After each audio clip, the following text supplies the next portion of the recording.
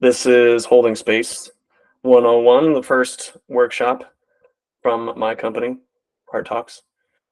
We will talk about what I even mean when I say holding space, talk about why it's important and why it's actually kind of difficult. It's one of those things that I like to call simple but not easy. And there'll be questions and stuff that I want you guys to pop into the chat throughout all of that discussion. So it won't just be me talking at you. Then we'll actually just do a quick exercise to move through to just hold some space for ourselves and see that difficulty firsthand, kind of move through it together and then chat about it. We'll reflect on that as a group, and then we'll do an activity in breakout rooms in pairs where we then try holding space for each other and see how that goes. Okay, holding space. I did say that I was going to talk about what I mean by that. I want to start by asking you guys what you think. Some of you, especially any of us who have spent some time in the self-help space, in self-help Instagram or something like that, may have heard holding space before.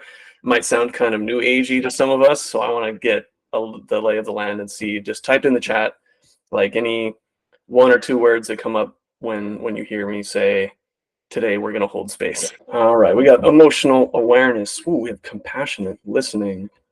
Recognize what we're feeling. Yeah. Creating time for being vulnerable and honest with one another. I love this. Yeah. Okay, emotional awareness. I think, so I see awareness, I see compassion, recognition, creating time, vulnerability. Yeah, these are all, openness and understanding. Yeah, I love it. We're opening the space. The space is actually awareness. That space that we're creating is actually awareness. So thank you for that. You guys we do have to create it. As Charlene said, we have to be very intentional about it, which is, why there's a workshop called Holding Space. It's not just something that comes naturally to us or happen automatically anytime we're having a conversation. And the compassion of it all is good. Larry said compassionate listening, and I think that's a perfect segue for us because I like to distinguish it from listening or good listening, right?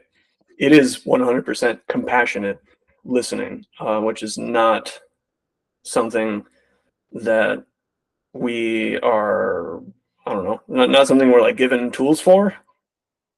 I see some heads nodding. Okay. we're told to be active listeners and good listeners, but we're not necessarily taught to be compassionate listeners or to hold space. So what I mean when I say hold space is all of that stuff: compassion, emotional awareness, creating time and space for it, the openness of it, is that we want to allow for the full expression of whatever's coming up for the other person and for ourselves as an active participant in that conversation. So we are in that space, right? We're not just a scribe or a microphone picking up what the other person says. We're experiencing what they're saying as well, and we'll get a little bit deeper into that. So the the difficulty of holding space for another person comes from not really knowing how to hold space for ourselves, having that compassion and that awareness, creating that time for ourselves. When we're talking, I think my hypothesis, the foundation basically of my entire coaching practice, is that our communication struggles are the result of that disconnection from ourselves and from what we are actually trying to communicate, and the disconnection from what we're experiencing when somebody's talking to us. I think that's where most, if not all, of our struggles come from in conversation, right? So somebody says something that makes our body tense up a little bit, and we're not really sure why. We get uncomfortable by what somebody says, even though logically it's pretty innocuous, we're like, "Ugh," and get uncomfortable. And by the time we realize any of that's going on, by the time it makes its way from neck down to neck up, it's already a story. It's already a paragraph worth of words that we've assigned to all of those feelings. And so we we might start to realize that that's going on, and we shut down, right? Because we're so used to avoiding the discomfort of it. Or, and this is a spectrum, of course, so on one side we have the shutdown, and on the other side of the spectrum we have the react. Maybe with some heat, maybe with some fire, right? Show of hands real quick. Who's on the shutdown side of the spectrum?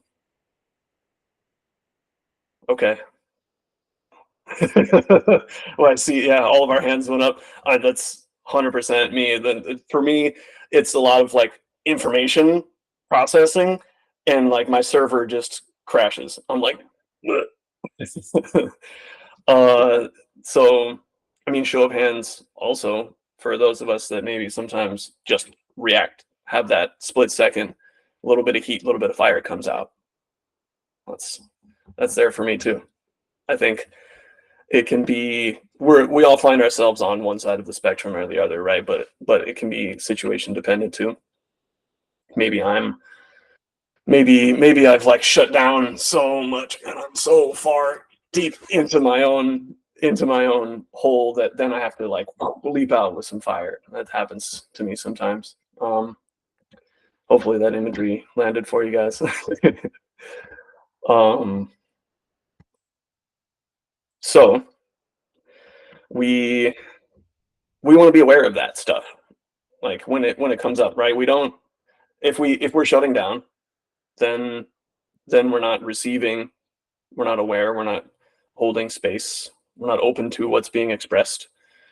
um same if we're reacting or with that heat, right? If I'm just I gotta defend myself, I gotta tell you what I think right away. None of that is keeping this space open, keeping this space compassionate and aware.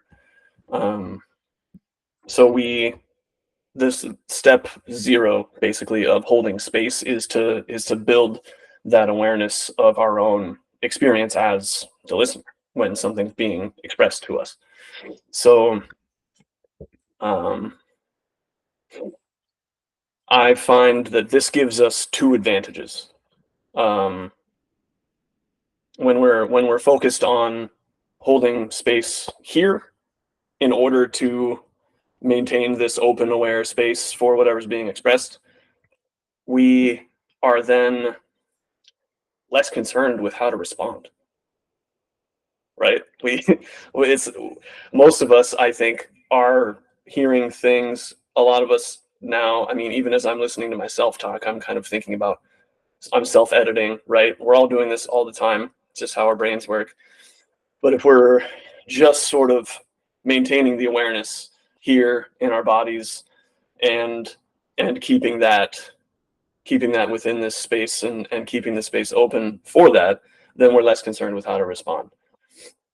And now also we're not concerned with how to respond, and we aren't associating, or we can begin to dissociate what we are feeling from what that person is saying, right? And that's where those defensive reactions come from, which is a common thing for most of us, I think, where I start to feel some tension, some heat, or some discomfort, or even just a heaviness, and I think it must be because of that person or whatever they're saying. So we can start to dissociate that once this space is open for our own experience as the listener. Those things that come up for us that we want to hold space for within ourselves, there's dozens of them, right? There's the from the neck up, we've got how to respond, we've got this person's right or this person's wrong, or we're worried that it was our fault, or who knows what, right? And then where I like to focus, why I call my practice heart centered communication, is from the neck down. There's advantages to this too, which I'll get into in a moment. But when I mean what I mean when I say neck down are basically just sensations. I've said a few of them already: tension, heat, heaviness, right? Right now I'm a little over caffeinated, so I feel like some buzzing as well in my limbs. These are all just like bodily sensations that we can connect to and hold space for. And then we can those are the precursors to the way this information travels is this bodily sensation, and then it comes up, and like I said before, then it's a story in here, right? So it's tension here in my chest, and then up here it's anger or frustration or blame, right? So if we notice this first, then we can treat that as a cue to, oh, now I know what story is coming next, right? Now it takes some practice, which is why we're here. And what I'm going to have us practice right now, actually, we're going to move into our first exercise.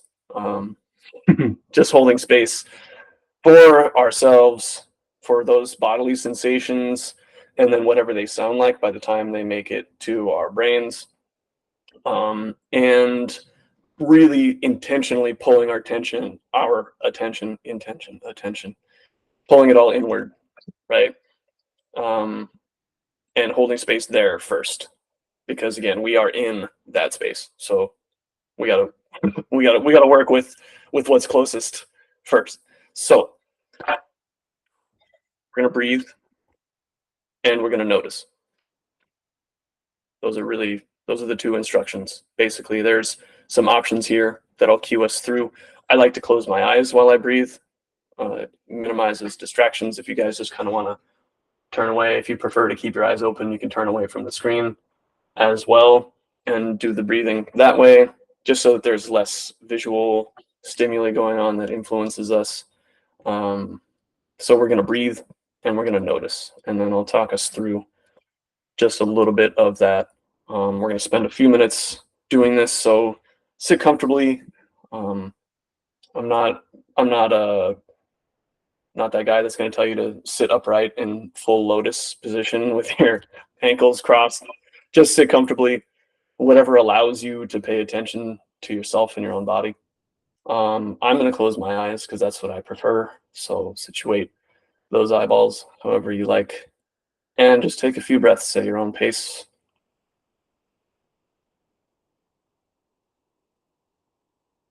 I'm going to pull our attention inward.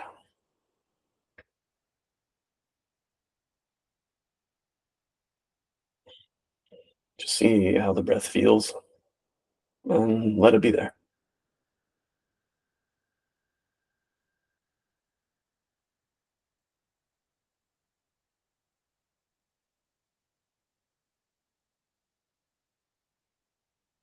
Notice whatever comes up. Welcome it.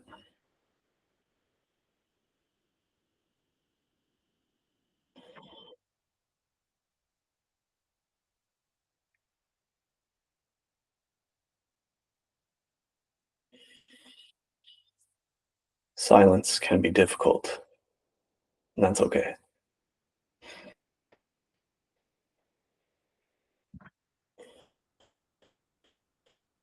Next couple of breaths, go a little bit deeper into the belly if you can. If not, that's okay too.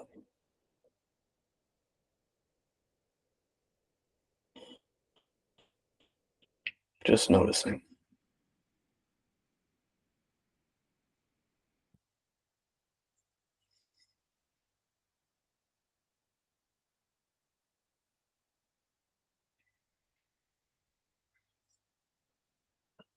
Holding space for whatever comes up.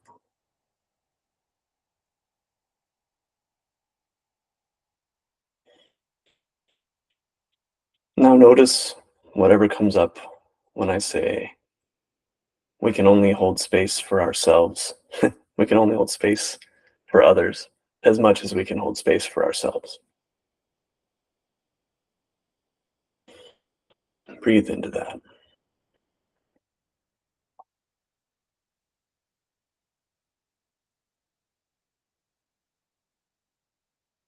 release the tension in your face, your shoulders.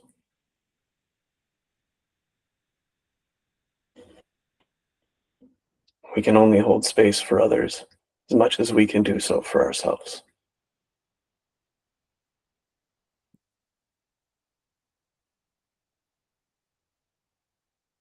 Just noticing. 2 or 3 more breaths at your own pace, and then we'll come back.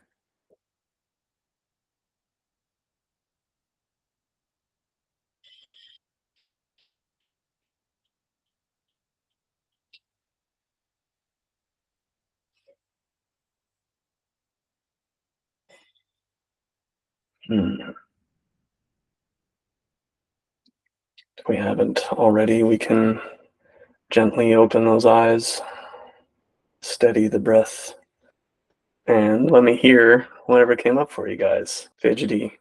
Yeah, that buzzing, that bouncy kind of energy, that fidgety energy, yeah. That can come up. We're not used to sitting still. Breath feels heavy. Yeah. And stomach is starting to feel hungry. We got to connect with that once I told you to breathe deeper into your belly, right?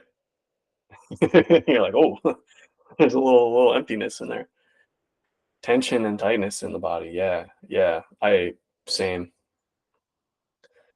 I noticed the sweat. I'm a little damp just because this room is warm, but I got a little more sweat coming up here, and that just below that is where the tension is forming, top of the chest and in my shoulders a little bit. So breathing into that.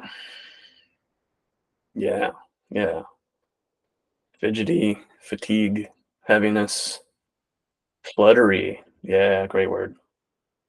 As we focused more on the breathing. Tim, are you also over caffeinated like I am? Then maybe there we go. Maybe a source of some of that fluttery stuff. But yeah, this is all really beautiful information that our bodies are sending up to our brains. And I like how we all got to focus on just the bodily sensations. That's the raw data of our experience that we then process on its way up. And in here, man, it's bouncing around, interacting with a bunch of software. Um, I'm mixing metaphors, but you guys got it. Yeah, I started to feel some tension actually in my hands too. I think um, this like have to grab, have to like do. My hands were like, ooh, we're not doing anything. The fluttery, yeah, tightness. Good. So we just held space for ourselves. Pat yourselves on the back. That was again step 0. We're noticing what's going on within us, and we're not. Woo, there we go. Mm-hmm. Mm-hmm. You all deserve it. All the confetti, all the applause. It's harder than it sounds, right? It's harder than it sounds, man. I do this every day, and I still experience discomfort almost every single time. So we got to move through some of the difficulty of it, some of that fidgety energy, some of the tension. Nobody likes tension, right? We're like, ugh, tension. And I got to move through some of that stiffness, some of that grabby energy in my hands. So, was there anything else that you guys noticed specifically that came up maybe right around when I said we can only hold space for others as much as we hold space for ourselves? Anything else? I know that as I was looking down, I caught sight of like my calendar and the 1,000 things that I had to do. And I was like, Mm, wow, it's hard to be present in the moment with people too. And you're like, well, I can only be here for about 15 more minutes and then I have another thing. I'm so sorry. I gotta go. So yeah. it was an ironic moment, I think, for me. But very illustrative of just our common this everyday experience of struggle with presence. Like it's not a yeah, thank you for sharing that. It's because it's like I don't have a calendar right in front of me, and at least not most of the time. And and I'm still constantly thinking about what I should do or say next, or where I need to be at 3 p.m. or who knows what. Yeah, yeah. And so then we get to build. It's so hard to be present with other people, like you said, Charlene, and we get to build that skill here with ourselves first, right? We are the only people that we interact with all the time. We're interacting with all that stuff that just came up for us. All we did was sit here and breathe for 3 minutes, and we felt tension, heavy, hunger, sweat, fluttery. We're taught to ignore how our bodies feel. Speaking of, dude, that hits me like pulls. Ooh, that sinks me right down into my gut. It's a heavy hitter. I think I've shared with most of you the struggles that I had with that for that I mean I still have with that part of the core motivation for this practice and for the workshop are the 27 years I spent completely disconnected from my own body and my own emotional experience. Um, and how little we pay attention to it. Thanks, Tim. That's some real shit. That's what I'm here for, man. This is what it's all about. I wanna reconnect to myself and help us all reconnect to ourselves, because that's how we connect to other people. Like, how the hell am I supposed to connect to another human being if I don't even know what it's like to experience my own shit?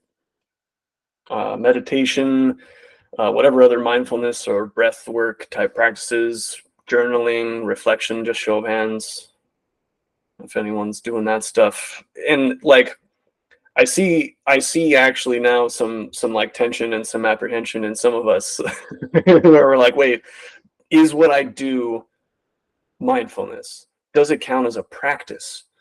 Do I do it often enough to raise my hand? um, so that's why I have a recommendation for you guys that's kind of in this vein, but it takes all of that pressure out. Speaking of bodily sensations and stuff that I feel personally very frequently, and that I think a lot of us do, is pressure.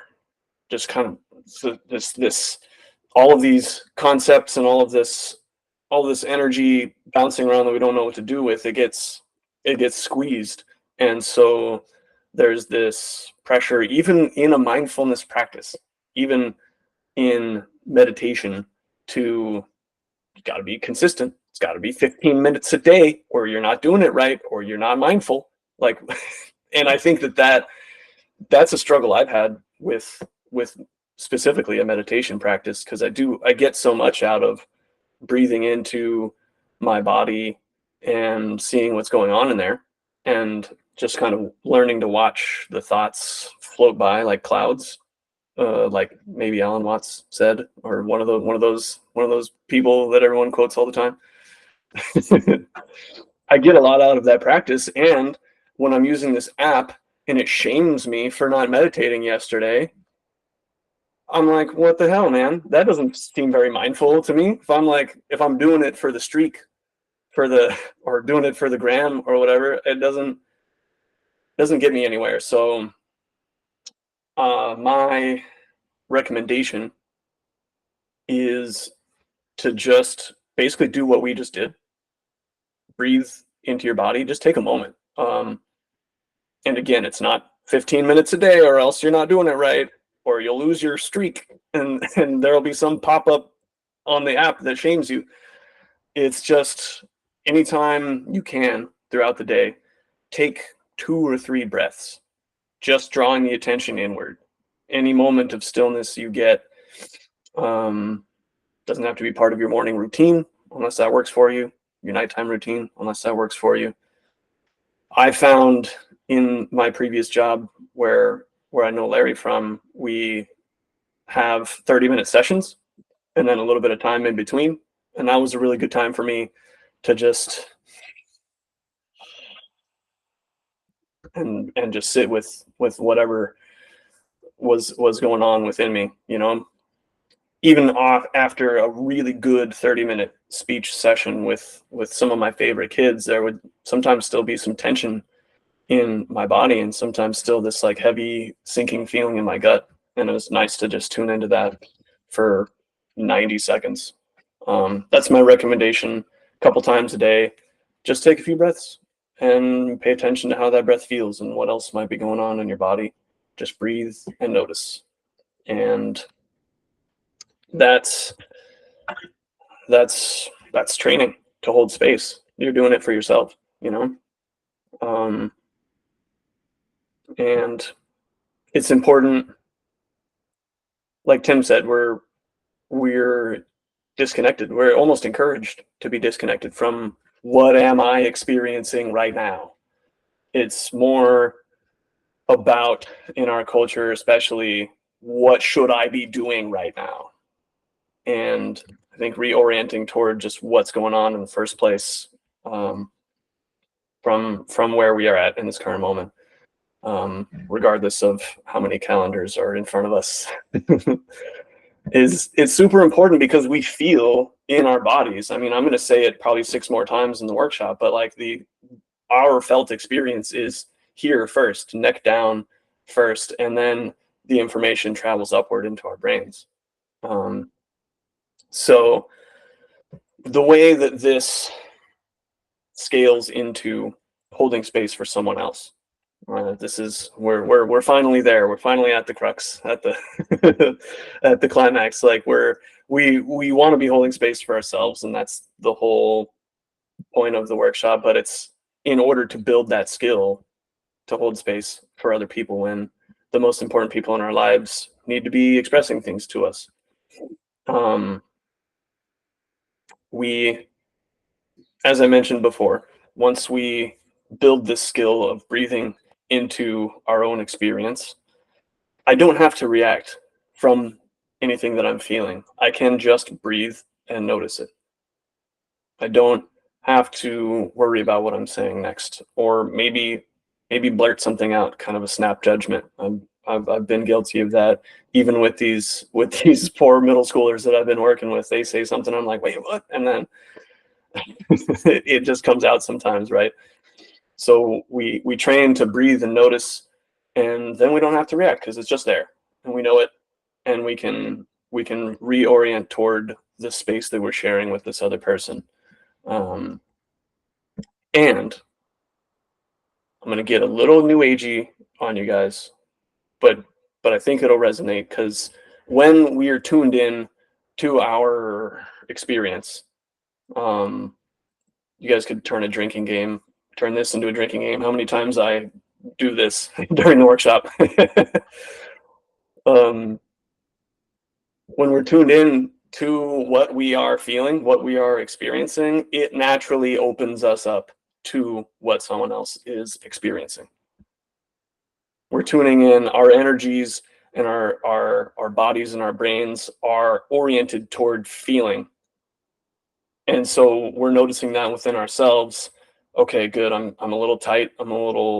Maybe I'm a little confused. I don't fully understand what they're saying, but now my brain is already in feelings mode.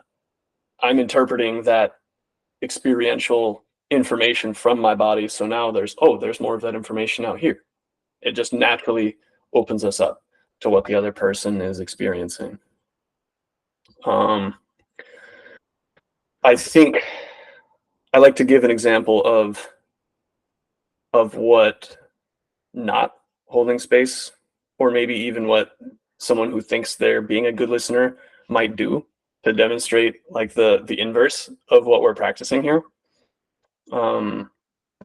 And I think it's an experience that we've all had. So, for example, we we have a rough day at work, or an argument with a friend or a partner or something. So we're telling somebody about it.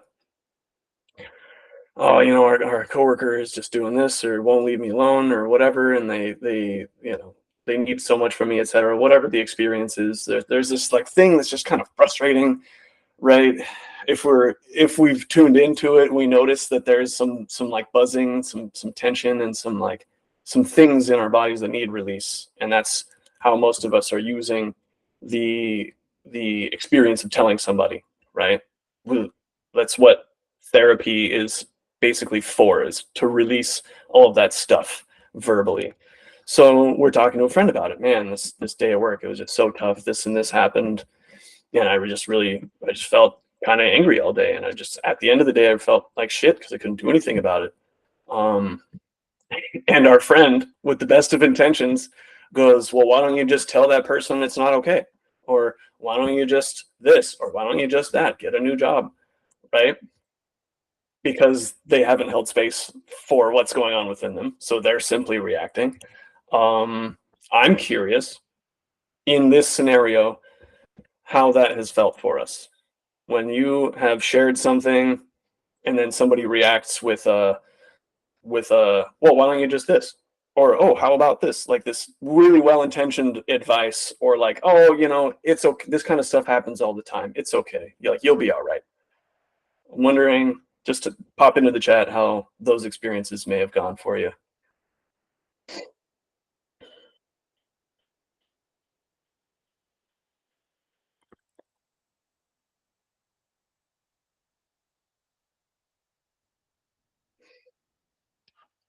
Not understood. Mm-hmm. Mm-hmm. Oh, like you wasted your vulnerability. Feelings aren't being validated. Yeah, like it hurts. Like it hurts. Yeah, there's actual pain in that. Like so many steps were skipped. Like like like there wasn't space. No space was being held for what you were expressing. And so it may have felt like a waste, like you weren't being understood. Mm. And I'm not being validated, I'm not being understood. Honey, yeah. Like it's the other person's sharing their experience. Which happens a lot. I'm guilty of this, frankly.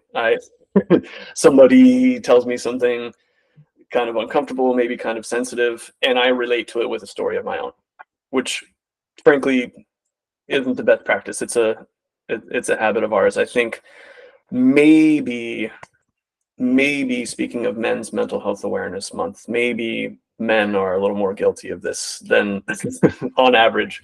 Not to make any generalizations, but I think dudes talking to other dudes, like Hani's like, man, my boss is such a dick. And I'm like, dude, my boss is also such a dick. And so we're just like trading experiences rather than like holding space for it, rather than like, oh, really? How is your boss a dick? Or like, well, do you want to tell me about it? And sometimes it helps me to get out of my own spiral too, though. What do you mean? I guess it's. Can you hear me? Sorry. Yeah. Okay. Yeah. I guess it usually what I'm referring to is after I do feel like space is held for how I was feeling, but um, and this might just be me. I kind of get stuck in a spiral of one thing that bothers me, and sometimes it does help to talk about it with someone for a little bit, but then they kind of are like, it's time to stop making. Like it's time to move on. Mm. These are, I think, not. I, I think that might be slightly different from what you were talking about.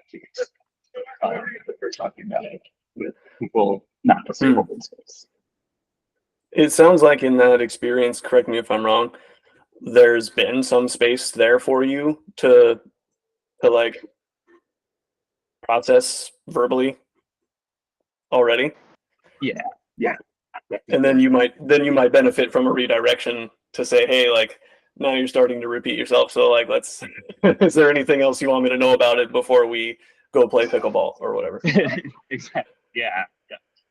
Got you. Thank you, man. Yeah, I think there's something to be said for that, for sure. And I think like holding space 102 would include the strategies for where to take the conversation once the space has been held.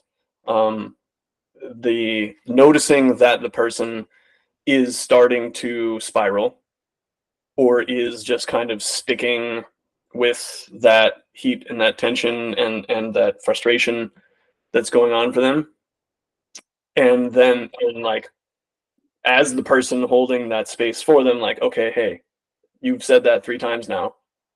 I'm sure it feels good to repeat it. And like what else do you need right now? So thank you for that, man. Yeah, that's I think I think I there's certain experiences that trigger that for me, like where I'm just like, I just want to be mad for a while, you know? So it's important that somebody can hold space for that. And then it's also important for them to be like, hey man, it's been 20 minutes. Let's move on. Yeah. Cool. Yeah. So we're here in this workshop to not be the person who hears you say you had a bad day and immediately reacts like, why don't you do this? And that what that takes is the kind of practice that we just did, where while listening, I mean, you guys were listening to me talk while breathing and noticing. And so there was some of that already happening, but we're holding space for ourselves, so that we can then tune into what this space, what this person might actually need. Man, this is your guys' responses are taking me through the workshop very naturally. Would you recommend we ask the person what they want from us? That I think that's a solid idea, Larry. What from their comments? Yeah. Would you sounds like there's more to that question. Do you mind elaborating? No, like if we want to hold space, maybe when they begin their comment or a conversation, us from the very beginning, just saying, "Hey, do you want me to just listen to what you have to say and just be there, or do you want me to offer some solutions, some next steps, and just from the get-go having that clarity, so that Mhm. you know if the person is just sharing and they want you just to listen as a partner, as a friend, then you could just say, yeah, I'm ready to do that, or hey, you know what, I'm not in the right mind space, I'm tired too, maybe we could try it later, or I'm honestly, like Tim was saying, you know what, you've been talking about this for a long time, and I might not be ready to just listen to this particular situation again or whatever. So I just wanted your thoughts on that. Yeah. I think that's a really brilliant suggestion to be offering very explicitly what you can in the moment, and asking that person what they need.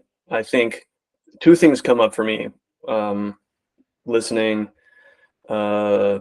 The first is kind of just a shameless plug for this practice that I just walked us through, because it takes a lot of presence of mind and holding space for myself to pause and ask that question in the first place. Um, so like take a moment and breathe into whether or not you have the space, like you were saying. Like, okay, you need somebody to just listen to you for the next 10-15 minutes, and I actually don't know if I have that within me right now. I had a long day too, so like, why don't we schedule this conversation for after dinner? Scheduling the conversation is a brilliant move. You alluded to it, and I think you've talked to me about it before, and that's a really good move too, a really good thing to be in the habit of, because it's hearing someone say that they don't have space for what you're expressing is pretty uncomfortable, but knowing that you get a chance to is really important and really comforting. Now, what might we do? I guess I can ask all of you, if we've breathed into our experience, we take that pause to say, hey, I can see that you have some things to get off your chest, and I'm wondering if you just need a sounding board, or if you want to like spitball some ideas, some solutions. And the person says, I don't know. My intuition would tell me in that situation that they need me to just listen. That would be the default. If I ask, what do you need? And somebody says, I don't know, then I'm like, okay, well, I'm here. Just talk. Do you guys have any thoughts on that though? Any other suggestions? Another like follow-up question for that person if they say I don't know, or I think I definitely agree with that, in that sense of just like validating in that moment. They're feeling overwhelmed, they have a lot going on, and kind of bouncing into that. Like, I'm hearing how much you're dealing with right now, and kind of like allowing them that space, kind of like exactly what you said, like just being there to listen and receive that for that time as much as you can. 100%. Cool. Yeah, because I think most of us say I don't know when we are overwhelmed, when there's a lot of stuff just bouncing around in here, and I don't know. And then it'll feel good to keep talking about it. So the defaulting to the holding space. But yeah, great question, Larry. So we can move into our next exercise. We got to talk through how it went to just hold space for ourselves, and some things that came up for us, and why that's both difficult, again, simple but not easy, and super important. So we will get into pairs. I'll be paired up with one of you. I'm just going to randomize breakout rooms if everyone's okay with that. And we are going to share something with each other. I'll set a timer. I'll give us like 3 minutes to talk. We'll do 2 minutes. 3 minutes is kind of a long time. 2 minutes to just relate a recent experience that we had. I'm thinking not all of us know each other, so we, the deep trauma and rage that's like boiling in our chests can be saved for like when you and I do one-on-one coaching or something. we can we can save that stuff, but some experience that's salient, so you can give a little bit of detail, and maybe on the like impact scale, 0 to 3 out of 10, like, or like 1 to 3 on the impact scale out of 10. Just something that recently impacted you. Doesn't have to be something frustrating or uncomfortable. It could be really awesome. It could be yesterday when I was surfing with my friends Cindy, Charlene, and Tim. I caught a wave and it felt really good. I felt weightless. I felt like I could take on the world, Or, 3 days ago, this guy cut me in line at the supermarket, and I really, really just wanted to kick the groceries out of his hand. Whatever it is, 1 to 3 on the discomfort scale. We'll share that with each other, and the key is for the listener, the person holding the space for that, to just be breathing and noticing. Minimal, if any, verbal input while the person's sharing, and noticing as much as we can of our own experience, what might come up for us. A certain word might be said, and then suddenly we're thinking about that thing that happened 3 years ago. It happens to me all the time. I don't have ADHD. You have ADHD. But maybe also seeing if we can notice anything about what they're feeling. Paying less attention to the words and more to, again, the feelings, the sensations of it, the energy behind what they're saying, holding space for all of that. We're just going to practice it and see how it goes. We'll get to talk about it afterward. You should be able to see the things that I pop into the chat, so I'm going to give us like timer transitions and stuff while we're in there. I'll give us a few seconds to do that, introduce ourselves, and then I'll start a timer for us. So I'll just blast it in the chat for you guys. Cool. See you in there. Me and you are in the main call together. Oh, fantastic. I was like, did I do something wrong? That's how that all shook out. Cool. That works. Okay. Good deal. An Yeah. exciting workshop so far. Thank you so much for creating this space. Thanks for being here. It's really cool to get some of this stuff out there.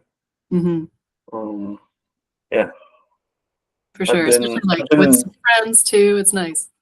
Yeah, like a low stakes kind of environment. And I know and trust all of you to give me like really honest feedback. So that's Mhm. going to be key. Cool. All right, let me blast a timer to the chat. Cool. And then set an actual timer because otherwise I'll forget. Oh no, I feel that. 2 minutes. 2 minutes. Why don't you go first? Yeah. Trying to think. I think I'm still feeling that, like the tension of my job situation, kind of all starting to dovetail because I'm on the payroll for so many jobs right now. Like working at Arcadia and transitioning to the new role, working at the farm, if not every single morning, then at least every like weekend in some capacity. Working at the Secret Circus place, which is, what are we at, 3? Which is difficult in a different way. A lot of personalities and like a lot of swapping shifts, so I never quite know where my time is going to land in that week. Sometimes I'm the lady in Acme that hands out free samples. And sometimes I monitor birds and build trails. So feeling a lot of anticipation inside of myself right now, kind of like knowing how to set boundaries with other things as I transition to a role in my main job, my full-time job that I really want to pay attention to and give energy to.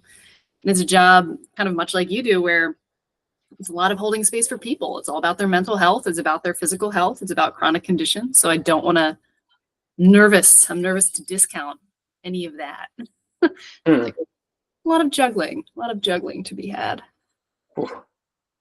Yeah. It's like 5 different roles, at Just least. a couple, yeah. Any given day, different challenges. But they've all been comfortable to grow into. So adding another thing just seems like another plate spinning in the air. I just don't want Wait, to get so you're not moving from one to the other, you're just adding another. for my main job. I'll like At switch. Arcadia, that's a shift. Yeah. But all So the rest 4 of of the it- other things are still there. Yes. Yeah. Just Okay. shifting around. The big shift now is like the hard part is to like how to set my boundaries in certain places and like what's worth continuing, what's taking too much. I think the idea of like disappointing people as well when I've promised commitment or, That can feel, yeah, it's plenty of stuff just came up for me when you said that. I was like, ooh. Sure. No, I'm sure. Let me blast us here to the group. Cool. All right, I'm gonna give us a prompt as well. Cool. Can you see what's coming up in the? I guess you're in the main call. Yeah. So I see the 2 minutes and wrapping up first speaker here.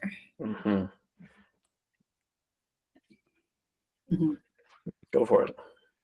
Sharing that I felt relief in the tension. It's something like that sense of tension is something you carry, right? That sense of like always having it. So again, being able to have that space by which you can kind of release for even just a moment to externalize it, to realize that, 100%. to realize it's real too. Because sometimes there's tensions I feel and I externalize that thought and I was like, wait, this is I'm cycling too much in my brain, I'm like circling the drain on something, but like sometimes you just need the soundboard. Sometimes you need problem solving, so Yeah. Feel some relief. Having the space for it, yeah. And to get, I'm gonna type one thing too, but to get super new agey with it. Oh yeah. that tension is energy in there, right? And so then, and sound is energy. So we're moving that from here out into the space, the literal physical space and the airwaves. Yeah, I like that. It's a release, literally speaking. So I feel you.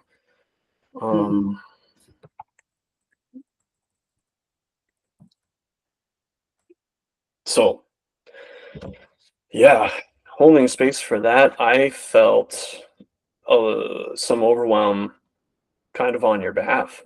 Mhm. And I felt some pressure kind of here and up here, almost as if my brain was my face was trying to help my brain keep track of everything Yeah, you were saying. that's me too. And yeah, you're like, "Ugh."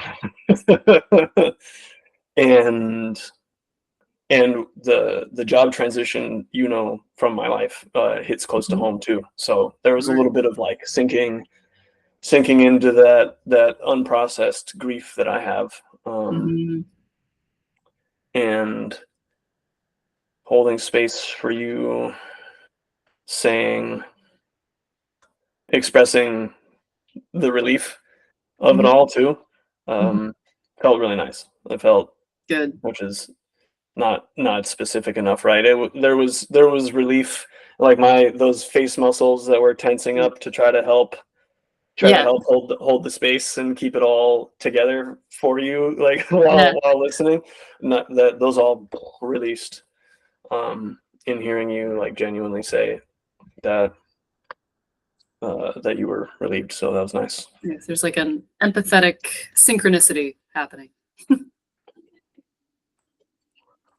There we go. Yeah, please. What's going on in your world? Let's see. Yesterday while we were getting ready to go surfing, and even in the car on the way there, I was Mhm. feeling a lot of apprehension. Mm. I was feeling pretty slow and pretty heavy in my body. And I've been knowing that I need to set aside some time to grieve that job that I just ended. Mhm. Um, grief is one of those ones alongside anger that Sure. I struggle to let myself feel. So I'm sitting there in the car thinking, I'm supposed to go and have a bunch of fun and lay in the Mhm. sun and really enjoy myself. And I know that there's this space that's needed for this just dense stuff in my gut. And Mhm. so I was starting to shame myself a little bit for that. And thankfully had Cindy right there next to me Mhm. to like to just say, hey, like I think my words were, I'm not sure how much surfing I'm gonna do today. Yeah, that's totally fine. I might just stand in the ocean or something. And Mhm. we got to talk through it a little bit. Good. But yeah, I think that lingered almost maybe until I got into the ocean. Cool. Yeah, Um, it's and understandable. yeah, it's a process. It's a practice, as they say, and I Mhm. think that my last week of work too, I was busy doing all the paperwork, saying Mhm. goodbye to my students, and there was enough going on that I didn't have that time to set aside to just be sad. Sure. Um, And those are all so feelings that demand to be felt. So they yeah, make themselves quite known. They take their pound of flesh, it sounds like. So yeah, they're a pound of flesh yeah. for sure.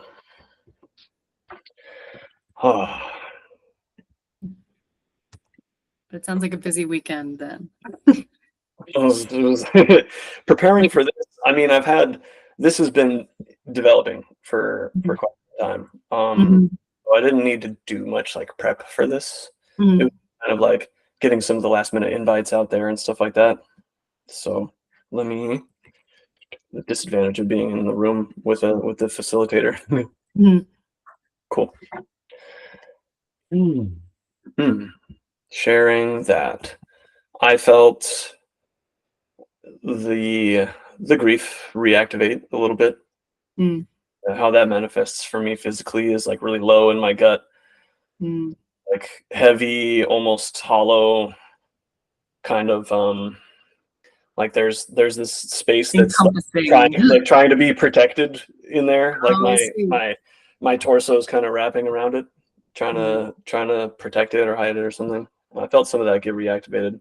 Um, Yeah. Those are powerful words, reactivation, manifestation, that protection. mm, It's a mm. lot to process at once, certainly. Thank you. Yeah, yeah, a lot to hold space for all at once. Yeah. But it felt it did feel good. It feels like that stuff is now moving around, now getting it out there and sharing it with somebody. So I appreciate that. Cool. Good. Here we go. Your turn. Yeah, and holding space for that, I felt like the desire to understand more and like the Mm. willingness and want to like to bond with that. Not bond. Bond's a different Mhm. word. I think like to bear witness. To bear witness to Hmm. everything that's been happening and like to be that person, to be like I want someone to feel comfortable holding that space with me and like to share that their honest feelings and thoughts with me. So thank you for telling me about what's going on in your world. Because it sounds like it's already a lot to drive to the shore and you're already physically exerting yourself in 1,000 different ways. So when you're also mentally and emotionally exerting. Yeah. Thank you. Yeah. That was speaking, I mean, a sense that I got from you while holding space for your experience was this like spreading thin, Mhm. being pulled in lots of different directions, and I think that's why it resonated with me. Mhm. I'm in a very similar place. Sure. Yeah. So I hear that. I appreciate that. Oh, yeah. Cool.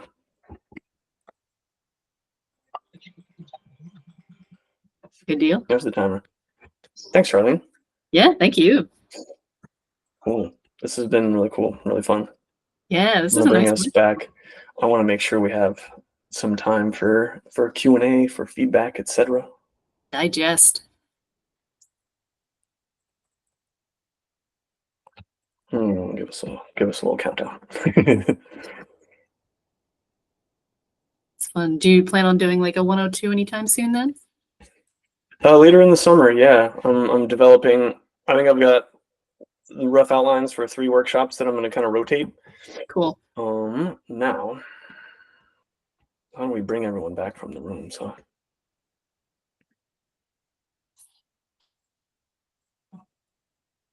oh, okay, 30 seconds. Now it's just kidding. Almost 10 seconds until the close. So that was fun. We maybe got a little uncomfortable. Got to move through some stuff together, hold some space together. I want to ask how it went. Let's start with what it was like to listen. Pop it into the chat. If you have anything else to say, you can always chime in with your beautiful voices as well. Anything that came up here in our bodies, anything that made its way up to the brain, however it comes out. 1 word, 16 words.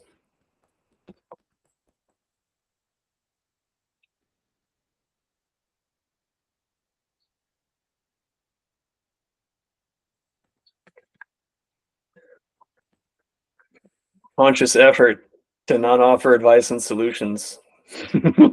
That's, dude, we've talked about this before, but yeah. I think the advice and solutions module in our brains is the most active one when people are relating their experiences to us. It's a conscious effort for me to this day, every single time, man. Yeah, thank you for that. We can all relate to that. We all just looked like that Kia Soul commercial with the hamsters. We're all just nodding along to the same rhythm, like, yeah, advice, solutions. Anything else? How did it feel to listen, to hold space for somebody? I'm especially interested, maybe we'll come back to Tim when he's got a moment. I'm just curious, Tim, because you and Larry don't know each other, so that's I'm wondering how that went for you guys. Yeah, I could speak to that really quickly. Well, just from listening, yeah, there's a part of me that wanted. He didn't really, what he was talking about didn't really need solutions or anything, but I had to remind myself not to just think about what he was talking about in terms of myself and like this is, oh yeah, like I can relate to that because I do this. It was more it kind of became a game for me to like only find out what he was feeling or like why he felt how he did, instead of like, oh yeah, I do that too. And this is how I feel about it. I don't know if that makes sense. It does. It does, dude. That that filtering through our own experience and wanting to react from that place for sure makes sense. And so yeah, we've got advice and solutions. Cindy said wanting to share similar situations. Very, very similar to what Tim was just saying. And I think those are the filters that it usually goes through when we're holding space for somebody else. And yeah, I think that's a brilliant encapsulation of why it's so important to hold space for ourselves and all of that stuff going on, so that then there is space for Tim to tune in to what Larry actually is feeling and actually needs. I don't have to share all of the advice and the solutions and the similar situations that come up. I can just hold space for it so that this shared space is open for the other person. Yeah. How did it feel to share? How did we feel?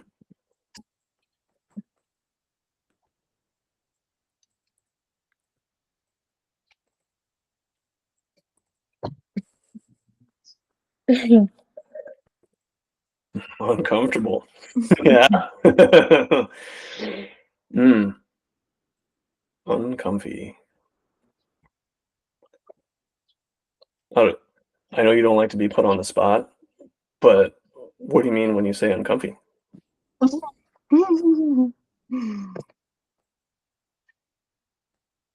Jeez. Speaking of uncomfy, Yeah, let's dig into that. I know, right? I think it's hard. I think this is a personal thing, but it's hard to be on the spot and relate experiences because I have a habit of being a listener and being like, oh yeah, my feelings don't matter. It's, I'm fine. Let me receive rather than,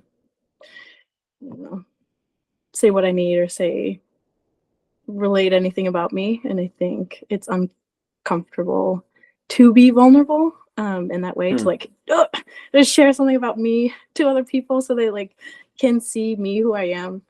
I'm like, it's tough. You're saying the holding space, the listening role came a lot more naturally to you?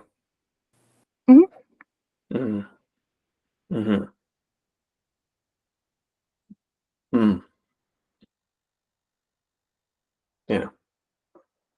Anyone vibing with that? I feel some.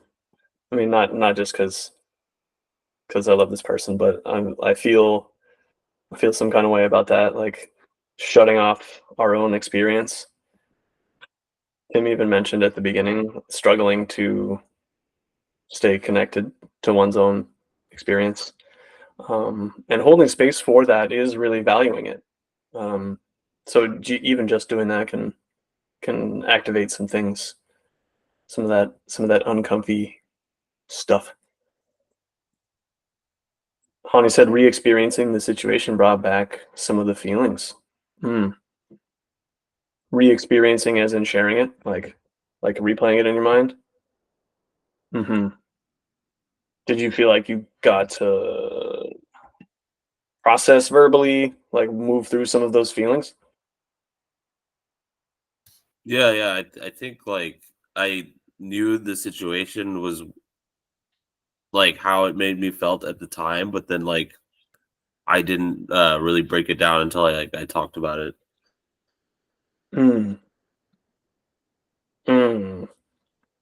Once you had the space to like to talk about it. That's interesting. Do you feel like, I wonder if some of the utility of sharing and having the space to share is that it forces whatever comes out to make some kind of sense? Like, somebody's holding space and trying to understand you. What do you think about that, Hani?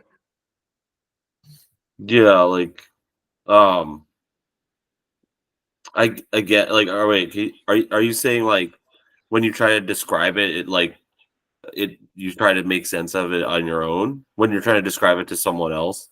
The act of expressing it. Yeah. Yeah, yeah. I think so. I think it's like a tool to like synthesize it to to like make Mhm. it like, oh, like this is what happened and why Mhm. when I'm explaining myself to someone else. Mhm. Mhm. Awesome. Thanks, man. Yeah. Yeah, you just the space is just open for that, so you get to explore verbally and synthesize. Leave it to the scientist. Oh, Tim. Oh, yes.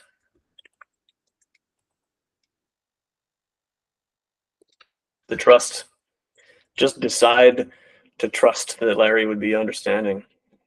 Mm, mm. It sounds like, It, yeah, go for it. it was almost easier that I don't really know Larry than I don't know. To give it a shot, see what happens. But he's a great guy. Turns out. Yeah, I like Larry. He's a good guy. So you almost you were saying it was you had to take like a little bit of a leap of faith. Yeah. And yeah, everything in my head is like, no one wants to hear how I'm feeling. And physical side that I don't know that this person does Hmm. is holding space. Yeah. Hell yeah, man. I think that was part of that uncomfy stuff that Cindy was talking about too. This assumption that nobody wants to hear what we have to say. How many of us are carrying that? We can get a little vulnerable. We all know each other now. I tell myself that frequently. Good. Yeah. Thanks, guys.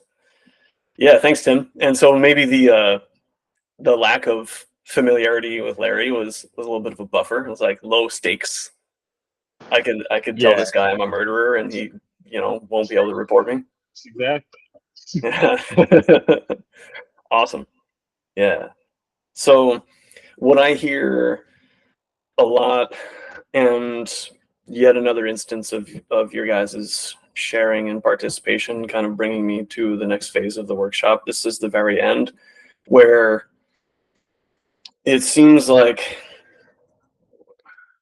we all felt, knowing that the other person is just there holding space for us, we all felt safe. There's a layer of safety that gets created when we know that person isn't going to react. We can trust that person to just be understanding, like Tim was saying, and we can trust that they want to hear what we have to say. That's what the crux of holding space is. Dude, Tim, thanks so much for being here. Yeah, take care of the dog. Give her a kiss for me. Um, what we're really doing when we're keeping this space open for the full expression is making sure that it's safe, that each person there feels safe to be a part of that interaction. And somebody who isn't holding space for themselves, who isn't aware of all of that stuff coming up and all of this advice and solutions and etc. that comes up, isn't actually safe to talk to. I'm using hyperbole on purpose. It's not like they're going to punch us in the face most of the time, but they're not. It's we get this sense that it's not safe to talk to them because we don't know how they're going to react. They don't know how they're going to react because they haven't held the space for all of those potential reactions that might come up. So what we're really doing when we hold spaces is creating the safety that is required for the full expression, that I can trust this person wants to hear what I have to say and that they will just be understanding and not tell me what I should do about it. And that's that's the main takeaway, the main purpose of holding space. And we're at the end. Perfect 90-minute timing or thereabouts. We talked a little bit about what holding space even is, how it's different from active listening. This concept we all get lashed with across the back and beat over the head with as children. Be an active listener. We moved through some of the difficulty of holding space, even just for ourselves, for this experience that's right here for us, in that breathing exercise. Then I recommended doing that a couple times a day for yourself in this like very loosely structured way, so that you can make it work with your own schedule. We talked through what benefits they might have, and then we got to practice with each other right there at the end, and we got to create some safety for each other, and we got to move through some feelings and hold space for it all. So thanks for tuning in. Thanks for being here, and thanks for all the feedback, or all the participation. We're going to jump into the feedback now if you guys have a few minutes, but the participation was what moved us along. So I appreciate you guys so much.